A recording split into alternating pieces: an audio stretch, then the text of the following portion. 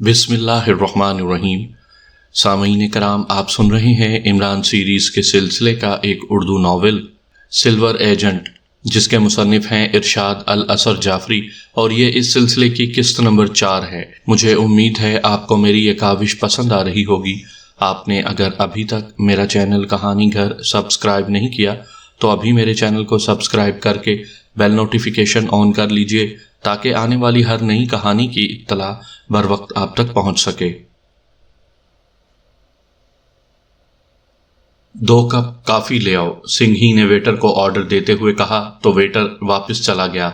گو کہ انہیں بھوک لگی ہوئی تھی، لیکن اس وقت انہوں نے کھانے سے پرہیز کیا۔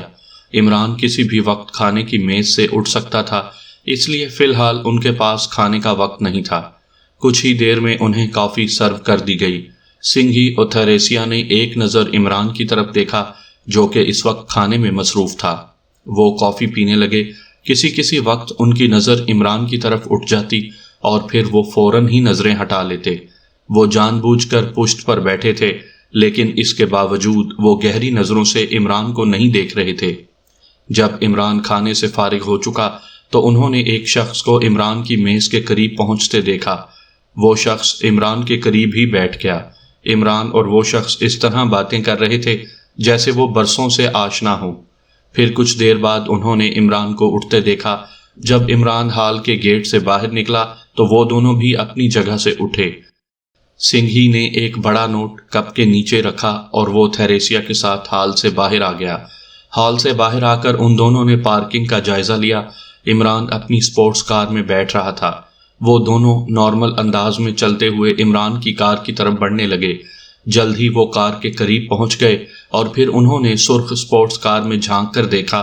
عمران کا سر سٹیئرنگ پر ٹکا ہوا تھا۔ ان دونوں نے ارد گرد نظر دوڑائی اور کسی کو اپنی طرف متوجہ نہ پا کر وہ عمران کی کار میں سوار ہو گئے۔ تھریسیا پچھلی سیٹ پر بیٹھی جبکہ سنگھی فرنٹ سیٹ پر بیٹھ گیا۔ فرنٹ سیٹ پر بیٹھنے کے بعد سنگھی نے عمران کو ڈرائیونگ سیٹ سے نیچے کھینچ لیا اور پھر اس نے ڈرائیونگ سیٹ پر بیٹھ کر کار سٹارٹ کی اور کار آگے بڑھنے لگی۔ چند لمحوں بعد وہ مین روڈ پر آ گئے۔ وہ بہت ہی خوش تھے۔ انہوں نے نہایت ہی کامیابی سے اپنا مشن مکمل کر لیا تھا۔ سنگھی نے تھوڑی دیر ڈرائیونگ کی ہوگی کہ اچانک وہ چونک پڑا اور چونکتے ہی اس نے ایکسیلیٹر پر پاؤں کا دباؤ بھی بڑھا دیا۔ کار یکدم تیز ہو گئی اور ساتھ ہی اس کے ماتھے پر لا تعداد شکنیں نمودار ہو گئیں۔ آج کل دارالحکومت میں ایک خاص قسم کا مچھر پھیلا ہوا تھا اور اس وقت جولیا کے فلیٹ میں وہ مچھر بڑی تعداد میں موجود تھے۔ نہ جانے کس طرح یہ مچھر جولیا کے فلیٹ میں گھس آئے تھے۔ مندور میلہ دیکھ کر وہ 10-15 منٹ پہلے ہی واپس پہنچے تھے۔ تمام ممبرز کو یہ میلہ پسند آیا تھا، البتہ جولیا کو عمران کی غیر موجودگی بہت زیادہ محسوس ہوئی تھی، لیکن X2 کے حکم کے آگے وہ بول ہی نہیں سکتی تھی، اس لیے وہ باقی ساتھیوں کے ساتھ چلی گئی تھی اور اب وہ لوگ واپس آ کر اپنے اپنے فلیٹس میں پہنچ گئے تھے۔ فلیٹ پر پہنچ کر جولیا نے دانش منزل کا نمبر ملایا تاکہ X2 کو اپنی واپسی کی اطلاع دے۔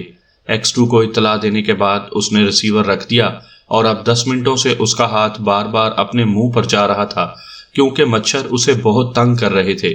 تنگ آ کر اس نے الماری چیک کی، لیکن الماری میں مچھر مکھی کلر سپرے موجود نہیں تھا۔ بازار سے سپرے لانا ہی پڑے گا ورنہ تو یہ مچھر رات بھر سونے نہیں دیں گے، جولیا نے اپنے آپ سے کہا۔ پھر اس نے کار کی چابی اٹھائی اور فلیٹ لاک کر کے نیچے آ گئی۔ چند لمحوں بعد اس کی کار سڑک پر آ گئی۔ وہ ہمیشہ سپر مارکیٹ سے شاپنگ کرتی تھی۔ اس وقت بھی وہ سپر مارکیٹ ہی جا رہی تھی کہ چونک پڑی۔ اس کے قریب سے عمران کی کار گزری تھی، لیکن ڈرائیونگ سیٹ پر عمران کے بجائے کوئی اور تھا اور پچھلی سیٹ پر اسے ایک مقامی لڑکی دکھائی دی تھی۔ عمران کی کار میں یہ کون لوگ ہو سکتے ہیں؟ جولیا نے سوچا۔ پھر اس نے اپنی جیب سے سیل فون نکال کر عمران کا نمبر پریس کیا، لیکن کمپیوٹر نے اسے بتایا کہ اس کا مطلوبہ نمبر آف ہے۔ عمران کی کار میں اجنبی افراد کو دیکھ کر چونک تو وہ پہلے ہی گئی تھی، اب اس کے ماتھے پر شکنیں بھی نمودار ہو گئیں، لیکن فی الحال وہ کوئی فیصلہ نہیں کرنا چاہتی تھی، اس لیے اس نے عمران کے فلیٹ کے نمبر پریس کیے۔ Yes, Agha Ali Suleman Pasha, the president of all world cook association speaking. Call receive ہونے کے بعد سلیمان کی باروب آواز سنائی دی۔ سلیمان، میں جولیا بول رہی ہوں، عمران کہاں ہے؟ جولیا نے اس کے لہجے کو نظر انداز کرتے ہوئے سخت لہجے میں پوچھا۔ او مس جولیا، آپ؟ صاحب کا تو کوئی پتہ نہیں ہے، جولیا کی آواز سن کر سلیمان نے چونکتے ہوئے کہا۔ پھر اس سے پہلے کہ سلیمان مزید کوئی بات کہتا، جولیا نے کال کاٹ کر cell phone seat dashboard پر رکھ دیا اور یکدم رفتار تیز کر دی۔ عمران کی کار میں موجود افراد کو چیک کرنا اب ضروری ہو گیا تھا۔ عمران کی کار بہت آگے جا چکی تھی، لیکن سڑک سیدھی تھی، اس لیے تھوڑی ہی دیر میں جولیا کی کار عمران کی کار کے قریب پہنچ گئی۔ عمران کی کار کے ڈرائیور کو بھی احساس ہو گیا تھا کہ ایک کار اس کا تعاقب کر رہی ہے، اس لیے اس کار کی رفتار بھی بڑھ گئی تھی۔ معاملہ واقعی مشکوک ہے، جولیا نے بڑبڑاتے ہوئے کہا، اور پھر اس نے عمران کی کار سے آگے نکلنے کی کوشش کی، لیکن اس ڈرائیور نے جولیا کو آگے نہ نکلنے دیا۔ دونوں کاروں کی رفتار بہت تیز تھی، اور اسی تیز رفتاری کی وجہ سے وہ بہت جلد آبادی سے دور ہو گئے۔ رات کے محیط سناٹے اور گہری تاریک میں اس سڑک پر صرف یہی دو کاریں تھیں۔ ان دو کاروں کے علاوہ دور دور تک کسی اور گاڑی کا نام و نشان تک نہیں تھا۔ پھر اچانک ہی جولیا کو مہارت سے دونوں بریکیں لگانا پڑیں، کیونکہ عمران کی کار یکدم ہی رک گئی تھی۔ اس کے ڈرائیور نے بڑی مہارت سے بریک لگائے تھے، اور اگر جولیا بھی مہارت کا مظاہرہ نہ کرتی تو اس کی کار عمران کی کار سے ٹکرا جاتی۔ وہ جانتی تھی کہ عمران کی کار خصوصی ساخت کی ہے، اس لیے حادثے کی صورت میں اس کار کو کم ہی نقصان ہونا تھا، جبکہ جولیا کی کار مکمل طور پر تباہ ہو سکتی تھی، اور یہ بات شاید عمران کی کار کا ڈرائیور بھی جانتا تھا، اس لیے اس نے رسک لیا تھا۔ دونوں کاریں رک گئیں تو عمران کی کار سے ڈرائیور اور مقامی لڑکی نیچے اتر آئے۔ کاروں کی ہیڈ لائٹس نے ارد گرد کے علاقے کو روشن کیا ہوا تھا، اس لیے وہ دونوں جولیا کو صاف نظر آ رہے تھے۔ دونوں کے چہروں پر طنزیہ مسکراہٹ تھی۔ چونکہ وہ دونوں کار سے نیچے اتر چکے تھے، اس لیے جولیا بھی کار سے نیچے اتر آئی اور انہیں غور سے دیکھنے لگی۔ وہ دونوں اس کے لیے قطعی اجنبی تھے۔ کون ہو تم دونوں؟ اور عمران کی کار تمہارے پاس کیوں ہے؟ اور عمران خود کہاں ہے؟ جولیا نے ایک ہی سانس میں ان سے 3 سوالات پوچھے۔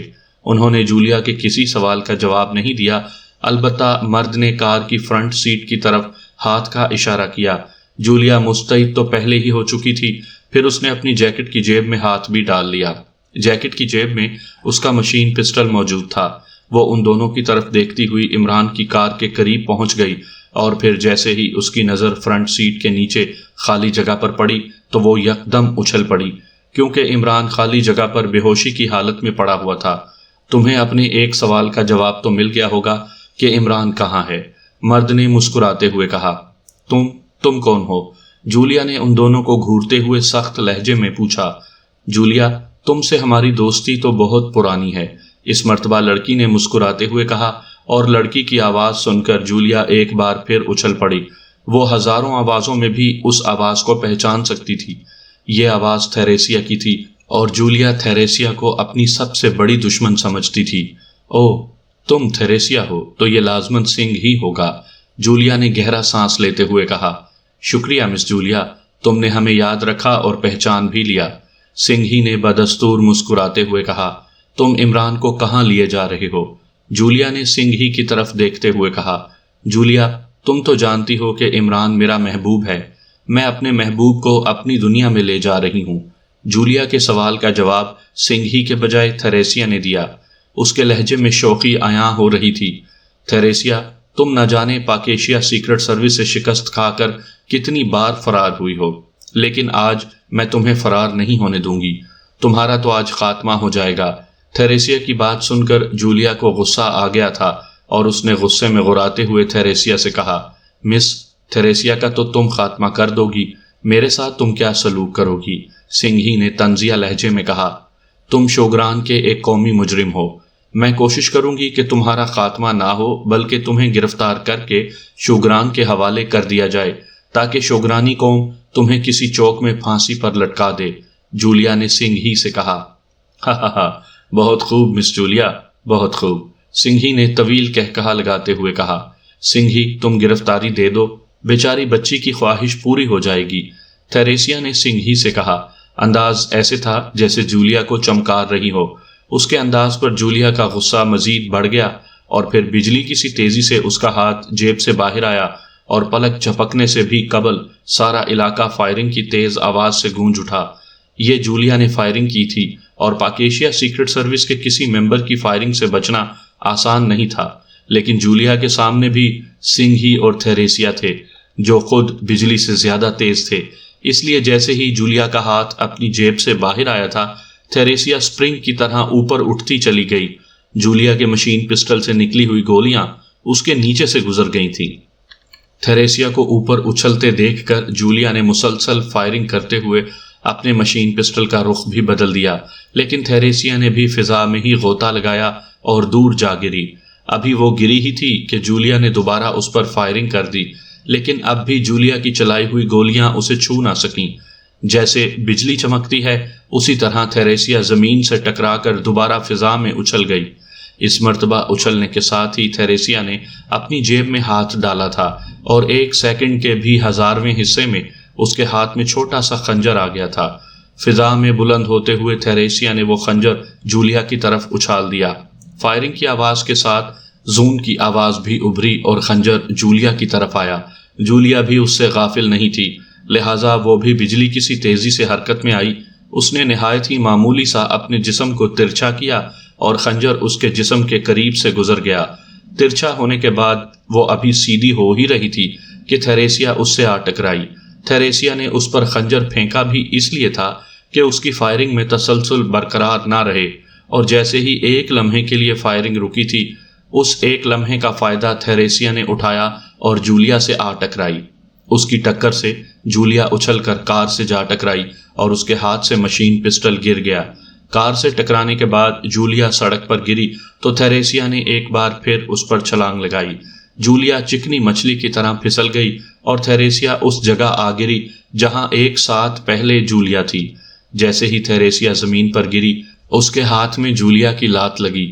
اگر جولیا کی یہ لات کسی اور عورت کو لگی ہوتی تو لازماً اس کی چیخ بلند ہو جانی تھی، لیکن تھیریسیا نے زوردار ضرب کی اس تکلیف کو برداشت کیا اور ساتھ ہی اس نے جولیا کا ہاتھ پکڑ لیا، کیونکہ جولیا نے اسے مکہ مارنے کے لیے ہاتھ بلند کر لیا تھا۔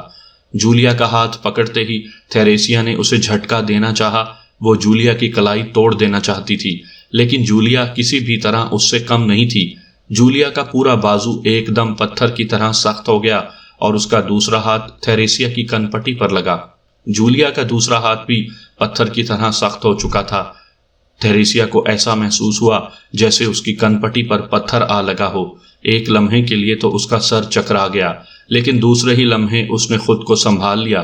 وہ جانتی تھی کہ اگر وہ کمزور پڑ گئی تو جولیا اپنا کہا پورا کر دے گی اور اس کی زندگی کا خاتمہ ہو جائے گا، لہٰذا وہ نیچے گرے گرے ہی ایک بار پھر سپرنگ کی طرح اچھلی اور فضا میں بلند ہوتی گئی۔ اسے اچھلتے دیکھ کر جولیا نے بھی فضا میں چھلانگ لگائی۔ فضا میں بلند ہونے کے بعد تھیریسیا سڑک پر آ گری۔ جہاں وہ گری تھی وہیں جولیا کا مشین پسٹل پڑا ہوا تھا، اور 1 لمحے سے بھی کم وقت میں وہ مشین پسٹل تھیریسیا کے ہاتھ میں آ گیا، اور اس کے ساتھ ہی فضا دوبارہ فائرنگ کی خوفناک آواز سے گونجنے لگی۔ تھیریسیا میں اگر بجلی بھری ہوئی تھی تو جولیا بھی اس سے کسی طرح کم نہیں تھی۔ جولیا نے فضا میں ہی عقاب کی طرح غوطے لگائے اور خود کو تھیریسیا کی فائرنگ سے بچایا۔ پھر اسی لمحے فائرنگ رک گئی کیونکہ مشین پسٹل کا میگزین خالی ہو گیا تھا۔ جب فائرنگ تھمی تو جولیا فضا میں ہی تھی۔ فائرنگ کے رکتے ہی اس نے فضا میں اپنا رخ بدلا اور تھیریسیا کی طرف آئی۔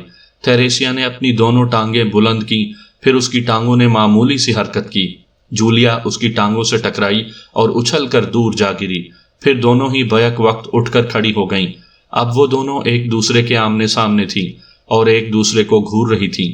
پھر دونوں ہی بیک وقت فضا میں اچھلیں اور اڑتی ہوئی ایک دوسرے سے ٹکرائیں۔ آپس میں ٹکرانے کے بعد وہ دونوں سڑک پر گری۔ سڑک پر گرتے ہی جولیا کا بازو گھوما اور اس کا مکہ تھیریسیا کے ماتھے پر لگا۔ تھیریسیا کی آنکھوں کے سامنے ستارے جھلملانے لگے۔ جولیا دوسرا وار اس کے ماتھے پر کرنا چاہتی تھی، لیکن تھیریسیا نے کروٹ بدلی اور کروٹ بدلتے بدلتے اس کا پیر بھی حرکت میں آیا جو جولیا کے پیٹ میں لگا تو بے اختیار جولیا کے منہ سے اوخ کی آواز نکل گئی۔ تھیریسیا نے دوسرے پیر کی ٹھوکر بھی جولیا کو مارنا چاہی، لیکن جولیا نے دونوں ہاتھوں سے اس کا پیر پکڑ کر گھما دیا۔ پیر گھومنے کے ساتھ ہی اس کا پورا جسم گھوم گیا۔ جولیا بجلی کسی تیزی سے اچھلی اور پھر تھیریسیا پر آ پڑی۔ تھیریسیا اس دوران سڑک سے اٹھنے کی کوشش کر رہی تھی۔ جولیا اس کے اوپر آ گری تو وہ دوبارہ سڑک سے ٹکرائی۔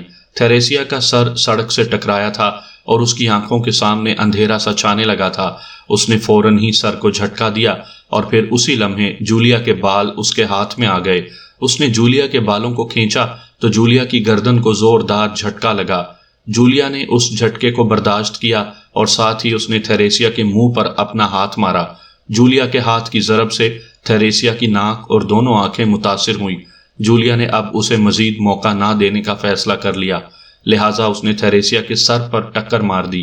تھیریسیا الٹ کر سڑک پر جا گری اور اس کا سر ایک بار پھر سڑک سے ٹکرایا تو بے اختیار اس کے منہ سے سسکی سی نکل گئی۔ سنگھ ہی اس دوران عمران کی کار سے ٹیک لگائے اطمینان سے کھڑا ہوا تھا۔ وہ جولیا اور تھیریسیا کی لڑائی میں مداخلت نہیں کرنا چاہتا تھا۔ وہ جانتا تھا کہ جولیا عمران کی ساتھی اور پاکیشیا سیکرٹ سروس کی ممبر ہے اور اس پر قابو پانا آسان کام نہیں ہے، لیکن دوسری طرف تھیریسیا تھی اور وہ تھیریسیا کی صلاحیتوں سے بھی واقف تھا۔ تھیریسیا وہ ناگن تھی جو بیک وقت کئی خطرناک شیروں کو ڈس سکتی تھی۔ اس لیے سنگھ ہی ان دونوں لیڈی ایجنٹوں کی دلچسپ لڑائی کو دیکھ رہا تھا اور محفوظ ہو رہا تھا، لیکن جب اس نے تھیریسیا کو کمزور پڑتے ہوئے دیکھا تو اس نے مداخلت کرنے کا فیصلہ کر لیا۔ عورتوں کی لڑائی میں مداخلت کرنا گو کہ اچھی بات تو نہیں تھی، لیکن سنگھ ہی کو اخلاقیات سے کوئی سروکار نہیں تھا۔ وہ تو مجرم تھا اور مجرمانہ ذہنیت کا مالک تھا۔ جب تھیریسیا کا سر سڑک سے ٹکرایا اور اس کے منہ سے سسکی نکلی تو سنگھ ہی سمجھ گیا کہ اب جولیا تھیریسیا پر غالب آ جائے گی، لہٰذا اس نے اپنی جیب میں ہاتھ ڈالا اور جب اس کا ہاتھ جیب سے باہر آیا تو اس کے ہاتھ میں سرخ رنگ کی ایک چھوٹی سی گیند تھی۔ جیب سے گیند نکالنے کے بعد اس نے جولیا اور تھیریسیا کی طرف دیکھا۔ تھیریسیا نے اب جولیا کی ٹانگ پکڑی ہوئی تھی، جبکہ جولیا نے دوسری ٹانگ تھیریسیا کے پیٹ پر رکھ دی تھی۔ تھیریسیا نے کروٹ بدلی تو جولیا اس کے قریب ہی سڑک پر گر پڑی۔ اسی لمحے سنگھ ہی نے وہ سرخ گیند ان دونوں کی طرف اچھال دی۔ گیند جولیا اور تھیریسیا کے قریب گری تو ایک دھماکہ ہوا اور وہاں دھواں پھیل گیا۔ دھوئیں کے پھیلتے ہی سنگھ ہی نے جولیا کے ہاتھ پاؤں ڈھیلے پڑتے دیکھ لیے۔ بلیک زیرو جب دانش منزل پہنچا تو دانش منزل کا آٹومیٹک سسٹم آن تھا، جس کا مطلب تھا کہ عمران کہیں گیا ہوا ہے۔ اس نے وال کلاک کی طرف دیکھا، رات کے کھانے کا وقت ہو چکا تھا، اس لیے بلیک زیرو نے سوچا کہ عمران کھانا کھانے گیا ہوگا۔ بلیک زیرو کھانا کھا کر آیا تھا، اب اسے چائے کی طلب ہو رہی تھی، اس لیے وہ کچن میں گیا اور اس نے اپنے لیے چائے بنائی اور اپنی کرسی پر آ کر بیٹھ گیا۔ وہ چائے سپ کر ہی رہا تھا کہ ٹیلی فون کی بیل بجنے لگی۔ اس نے CLI پر نظر دوڑائی، کال جولیا کے فلیٹ سے آ رہی تھی۔ X2 بلیک زیرو نے ریسیور اٹھا کر کان سے لگاتے ہوئے X2 کے لہجے میں کہا، چیف، جولیا بول رہی ہوں۔ دوسری طرف سے جولیا کی مودبانہ آواز سنائی دی۔ یس جولیا، بلیک زیرو نے مختصراً کہا۔ وہ جانتا تھا کہ جولیا اسے واپسی کی اطلاع دینا چاہتی ہے۔ چیف، ہم سب واپس آ چکے ہیں، دوسری طرف سے جولیا نے مودبانہ لہجے میں کہا۔ اوکے، بلیک زیرو نے کہا اور پھر اس نے ریسیور کریڈل پر رکھ دیا اور دوبارہ چائے پینے لگا۔ چائے پینے کے بعد وہ کافی دیر تک عمران کی واپسی کا انتظار کرتا رہا، لیکن کافی دیر گزر جانے کے بعد بھی عمران واپس نہیں آیا تو اس نے سوچا کہ عمران کو اطلاع دے دینی چاہیے کہ وہ واپس آ چکا ہے۔ یہ سوچ کر اس نے ٹیلی فون کا ریسیور اٹھایا اور عمران کے سیل فون کے نمبرز پریس کرنے لگا۔ جیسے ہی نمبر پریس ہوئے، کمپیوٹر کی آواز سنائی دی، جس کے مطابق اس کا مطلوبہ نمبر آف تھا۔ بلیک زیرو نے کریڈل پر انگلی رکھی۔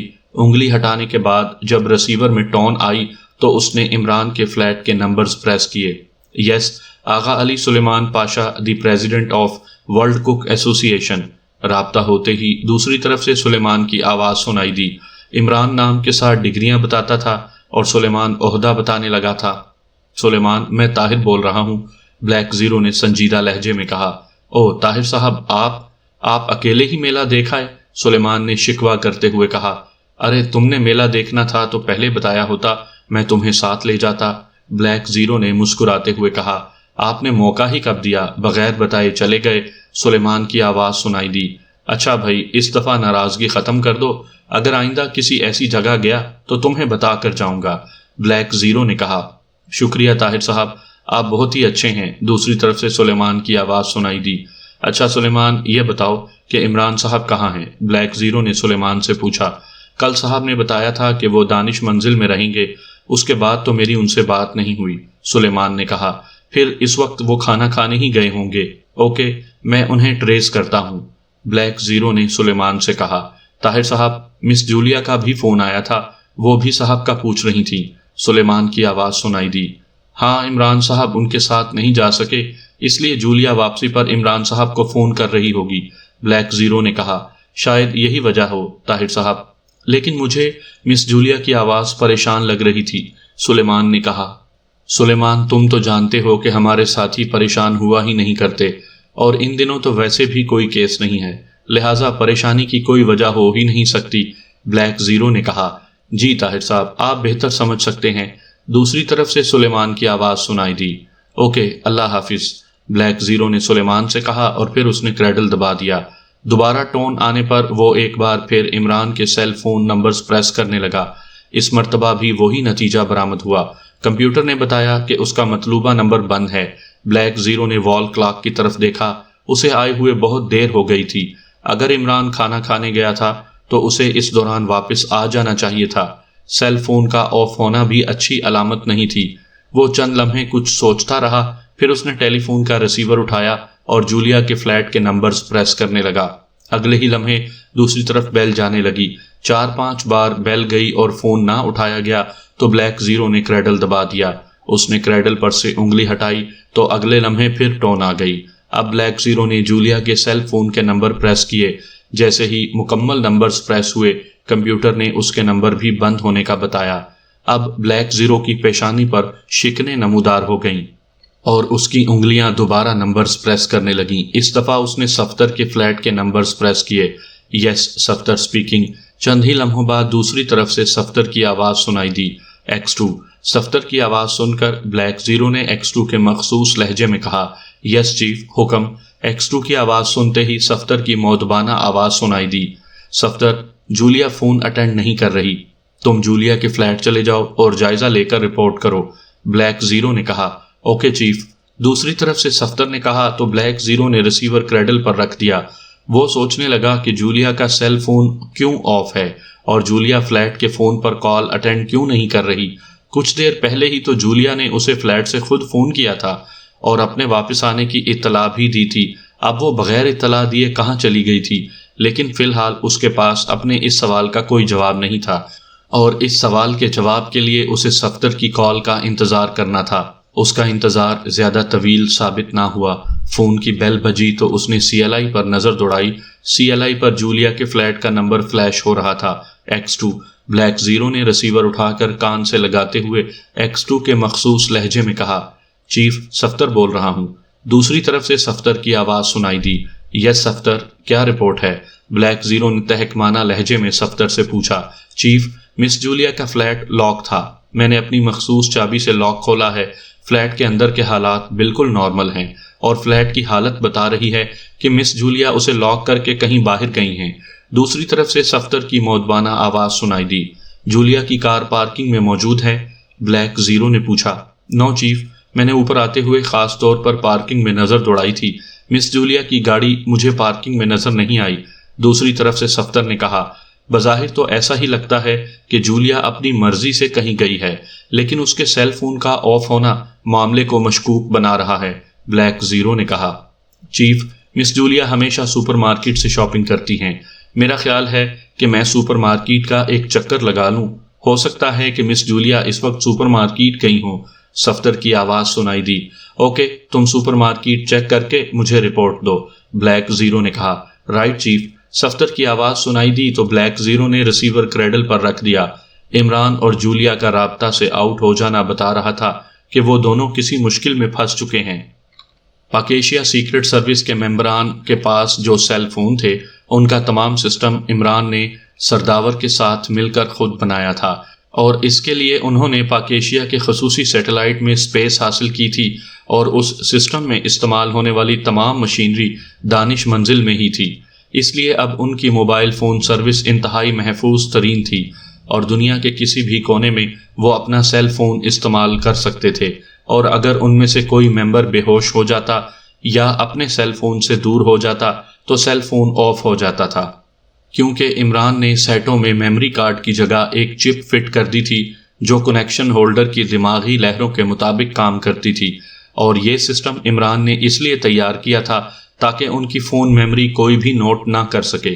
عمران کی محنت کی وجہ سے اب ان کے سیل فون بالکل محفوظ تھے، اور اس وقت عمران اور جولیا کے سیل فون کا آف ہونا بتا رہا تھا کہ وہ دونوں یا تو بے ہوش تھے یا پھر اپنے سیل فون سے دور تھے۔ سیل فون کے آف ہونے کی صرف یہی دو وجوہات تھیں۔ بلیک زیرو عمران اور جولیا کے بارے میں سوچ رہا تھا کہ ٹیلی فون کی گھنٹی بجنے لگی۔ اس نے ریسیور اٹھا لیا۔ X2 بلیک زیرو نے ریسیور کان سے لگاتے ہوئے X2 کے لہجے میں کہا، چیف صفدر بول رہا ہوں۔ دوسری طرف سے صفدر کی آواز سنائی دی۔ یس صفدر، کیا رپورٹ ہے؟ بلیک زیرو نے پوچھا۔ چیف، مس جولیا سپر مارکیٹ میں جن مخصوص دکانوں سے شاپنگ کرتی ہیں، میں نے وہاں سے مس جولیا کے بارے میں پوچھا ہے۔ مس جولیا یہاں نہیں آئیں۔ دوسری طرف سے صفدر کی آواز سنائی دی۔ اوکے، تم اپنے فلیٹ جاؤ، میں جولیا کو ٹریس کرتا ہوں، بلیک زیرو نے کہا۔ اس کے ساتھ ہی اس نے ریسیور رکھا اور میز کی دراز سے ایک ڈائری نکال لی۔ اس ڈائری میں تمام ممبران کے زیر استعمال گاڑیوں کی معلومات درج تھیں، registration number, engine number, computer number. تمام گاڑیاں ایک ٹریکر کمپنی سے بھی رجسٹرڈ تھیں، اور یہ رجسٹریشن عمران نے رانا تحور علی صندوقی کے نام سے کرائی ہوئی تھی۔ بلیک زیرو نے ٹریکر کمپنی کا نمبر اور جولیا کی کار کا رجسٹریشن نمبر دیکھا اور پھر فون اٹھا کر نمبر پریس کرنے لگا۔ یس الشیخ سروسز۔ رابطہ ہونے پر دوسری طرف سے ایک مردانہ آواز سنائی دی۔ میں رانا تحور علی صندوقی بول رہا ہوں، میری کئی گاڑیاں آپ کی کمپنی سے رجسٹرڈ ہیں، میری ایک گاڑی چوری ہو گئی ہے، آپ مجھے بتائیں کہ میری یہ گاڑی اس وقت کہاں ہے؟ بلیک زیرو نے کہا۔ یس سر، آپ ہمیں کسٹمر نمبر، چوری ہونے والی گاڑی کا نمبر، کمپیوٹر نمبر اور ہماری کمپنی کا رجسٹریشن نمبر بتا دیں، دوسری طرف سے مؤدبانہ لہجے میں کہا گیا۔ تو بلیک زیرو نے یہ تمام نمبرز بتا دیے۔ اوکے سر، صرف چند لمحے ہولڈ کریں، میں ابھی آپ کی گاڑی کی لوکیشن بتاتا ہوں، دوسری طرف سے کہا گیا، اور اس کے بعد لائن پر خاموشی طاری ہو گئی۔ کچھ دیر لائن پر خاموشی رہی۔ ہیلو سر، کیا آپ لائن پر موجود ہیں؟ کچھ دیر بعد دوسری طرف سے آواز سنائی دی۔ جی ہاں، بلیک زیرو نے مختصراً کہا۔ سر، آپ کی چوری ہونے والی گاڑی اس وقت دارالحکومت سے 50 کلومیٹر دور رابعہ جنگل سے 1 کلومیٹر پہلے سڑک پر کھڑی ہوئی ہے، دوسری طرف سے بتایا گیا۔ Oh thank you, black zero نے شکریہ ادا کرتے ہوئے کہا۔ سر، جب تک آپ اپنی گاڑی تک نہیں پہنچ جاتے میں آپ کی گاڑی پر نظر رکھوں گا، گاڑی ملنے پر آپ مجھے بتائیں گے، اور اگر گاڑی آپ کے پہنچنے سے پہلے موو ہوتی ہے تو میں پھر آپ کو اس کی لوکیشن بتاتا رہوں گا۔ آپ مجھے اپنا سیل فون نمبر بتا دیں، دوسری طرف سے کہا گیا۔ اوکے تھینک یو، میں آپ کے نمبر پر خود آپ سے رابطہ رکھوں گا، بلیک زیرو نے ٹریکر کمپنی کے نمائندے سے کہا۔ اوکے، آپ کی خدمت ہمارا اولین فرض ہے اور آپ کا اطمینان ہمارا نصب العین ہے، دوسری طرف سے کہا گیا۔ تو بلیک زیرو نے کریڈل دبا کر کال منقطع کر دی۔ اس کے بعد دوبارہ ٹون آنے پر اس نے صفدر کے نمبرز پریس کیے۔ X2۔ جیسے ہی دوسری طرف سے کال ریسیو ہوئی، بلیک زیرو نے X2 کے لہجے میں کہا، یس چیف، صفدر سپیکنگ۔ دوسری طرف سے صفدر کی مؤدبانہ آواز سنائی دی۔ جولیا کی کار رابعہ جنگل سے 1 کلومیٹر پہلے کھڑی ہوئی ہے، تم تنویر کو ساتھ لے کر فوراً وہاں پہنچو، بلیک زیرو نے تہکمانہ لہجے میں کہا۔ اوکے چیف، دوسری طرف سے صفدر نے کہا تو بلیک زیرو نے ریسیور رکھ دیا۔ جولیا کی کار تو اس نے ٹریکر کمپنی کے ذریعے ٹریس کر لی تھی، لیکن عمران کی کار کو تو وہ اس طرح ٹریس نہیں کر سکتا تھا، کیونکہ عمران کی کار ٹریکر کمپنی سے رجسٹرڈ نہیں تھی۔ جولیا کی کار ٹریس تو ہو گئی تھی، لیکن ابھی یہ معلوم نہیں تھا کہ جولیا بھی کار میں موجود ہے یا نہیں۔ جولیا کے بارے میں صفدر کی کال آنے پر ہی معلوم ہو سکتا تھا، اور اب بلیک زیرو کو صفدر کی کال کا انتظار تھا۔ تقریباً 40 منٹ بعد ٹیلی فون کی بیل بجی تو بلیک زیرو نے ہاتھ بڑھا کر ریسیور اٹھا لیا۔ X2۔ بلیک زیرو نے ریسیور کان سے لگاتے ہوئے X2 کے مخصوص لہجے میں کہا، چیف، صفدر بول رہا ہوں، دوسری طرف سے صفدر کی آواز سنائی دی۔ یس صفدر، کیا رپورٹ ہے؟ بلیک زیرو نے صفدر سے پوچھا۔ چیف، مس جولیا اور عمران صاحب کی کاریں یہاں موجود ہیں، لیکن وہ خود موجود نہیں ہیں، صفدر نے کہا۔ کاروں کی کیا پوزیشن ہے؟ بلیک زیرو نے کہا۔ باس، کاروں کے انداز سے لگتا ہے کہ مس جولیا عمران صاحب کی کار کا تعاقب کرتی ہوئی آئی ہیں اور مس جولیا کی کار جس انداز میں کھڑی ہوئی ہے اس سے تو یہ بھی محسوس ہوتا ہے جیسے مس جولیا نے اچانک بریک لگائے ہوں اور کار کو بڑی مہارت سے روکا ہو۔ صفدر نے اپنا تجزیہ پیش کرتے ہوئے کہا، معاملہ اب بالکل واضح ہو چکا ہے۔ کچھ لوگ عمران کو عمران ہی کی کار میں اغوا کر کے لے جا رہے تھے کہ جولیا کی نظر ان پر پڑ گئی، اور ایسا یقیناً عمران کی کار کی وجہ سے ہوا ہوگا۔ جولیا نے عمران کی کار کا تعاقب کیا اور عمران کو اغوا کرنے والوں نے جولیا کو بھی روک کر اغوا کر لیا۔ بلیک زیرو نے سچویشن کے مطابق اندازہ لگاتے ہوئے کہا، اور اس کا اندازہ 100% درست تھا۔ یس چیف، ایسا ہی ہوا ہے، لیکن عمران صاحب اور مس جولیا کسی کے لیے بھی ترنے والا ثابت نہیں ہو سکتے۔